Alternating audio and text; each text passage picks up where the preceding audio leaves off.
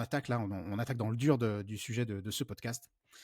Qu'est-ce qui fait la différence entre une opération qui est réussie et une opération qui est complètement foirée? Déjà, la toute première étape sur laquelle il faut véritablement consacrer du temps, c'est l'étude de faisabilité.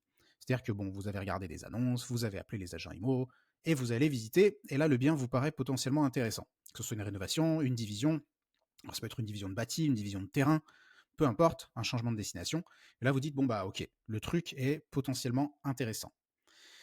Et c'est là où en fait il commence à y avoir une véritable différence entre le touriste, le marchand de biens complètement wannabe, le gros néophyte du dimanche, et le marchand de biens qui est un véritable professionnel.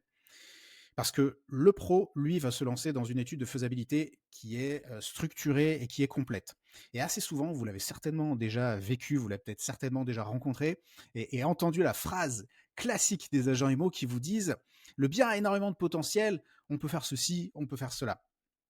Souvent, les agents IMO, ils ont des super idées sur la faisabilité, enfin en tout cas le potentiel d'un bien, mais ils ne se rendent pas compte à quel point c'est difficile ou c'est cher de mettre en place cette fameuse transformation.